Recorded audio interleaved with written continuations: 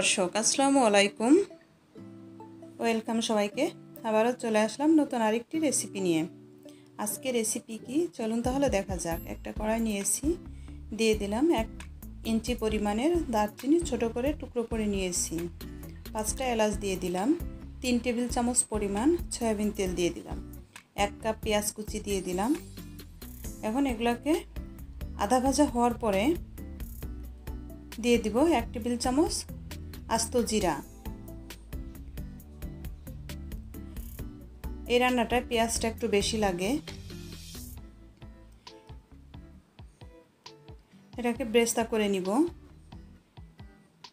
এবং সব মশলা এভাবে ভাজা হয়ে গেলে মশলাটাকে তুলে এটাকে পাটায় বেটে নিব। আর বাটার পরিবর্তে আপনারা ব্লেন্ডারও করে নিতে পারেন। আর এই রান্নাটার মূল আকর্ষণ এই মশলাটা। ওই তেলের ভিতরেই আরও 1 কাপ পেঁয়াজ কুচি দিয়ে দিলাম। আর পেঁয়াজটাকে গোল গোল করে মোটা করে কেটে নিয়ে এসেছি, এইভাবে হাত দিয়ে ভেঙে দিয়ে দিলাম। এই পেঁয়াজটা 1 মিনিটের মতো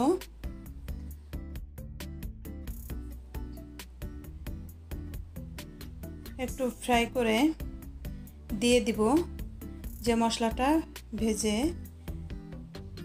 নিয়েছি, ওটাকে বেটে নিয়েছি, ওই মশলাটাকে দিয়ে দিলাম। নাড়াচাড়া দিয়ে পেঁয়াজের সঙ্গে মিশিয়ে এখন দিয়ে দিব 1 চা চামচ শুকনো মরিচের গুঁড়া দিয়ে একটু নাড়াচাড়া দিয়ে মিশিয়ে নিব। এই পর্যায়ে দিয়ে দেব স্বাদ অনুযায়ী লবণ। এই রান্নাটা আর কোনো মশলা আমি অ্যাড করব না, হলুদও দিব না।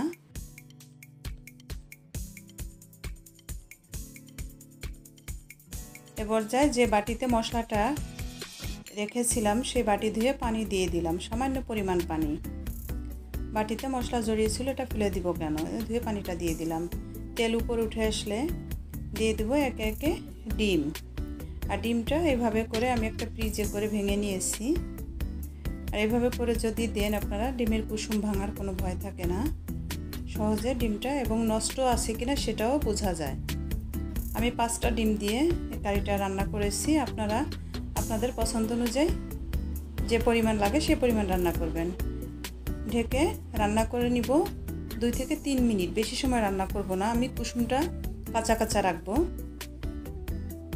আমার রান্নাটা কিন্তু হয়ে আসছে। ডিমগুলো এভাবে করে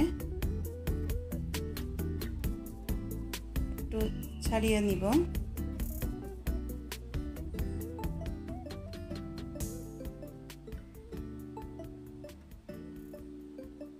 আপনারা যদি চান যে কুসুমটা কাঁচা খাবেন না, সিদ্ধ রান্না করবেন, তাহলে আরও 1 মিনিটের মতো রান্না করে নেবেন। আমার রান্নাটা হয়ে গেছে দেখেন। আর আপনাদের বোঝাইতে পারবো না যে এই রান্নাটা কত স্বাদ। যদি আপনারা ভিন্ন কিছু ডিম দিয়ে খেতে চান তাহলে এইভাবে রান্না করে ট্রাই করতে পারেন। একটা সার্ভিং ডিশে নামিয়ে নিয়েছি, দেখেন কি চমৎকার দেখতে হয়েছে। এখন ভাতে দিয়ে আপনাদের একটু দেখিয়ে দেই যে এর গ্রেভিটা কেমন হয়েছে। দেখেন ভিতরে কুসুমটা একদম কাঁচা রয়েছে। আশা করি আপনাদের ভালো লেগেছে। যদি ভালো লেগে থাকে অবশ্যই আমার চ্যানেলটি সাবস্ক্রাইব করবেন, পাশে থাকা বেল বাটনটি ক্লিক করে রাখবেন নতুন ভিডিও পাওয়ার জন্য। সবাইকে ধন্যবাদ, সবাই ভালো থাকবেন। আল্লাহ হাফেজ।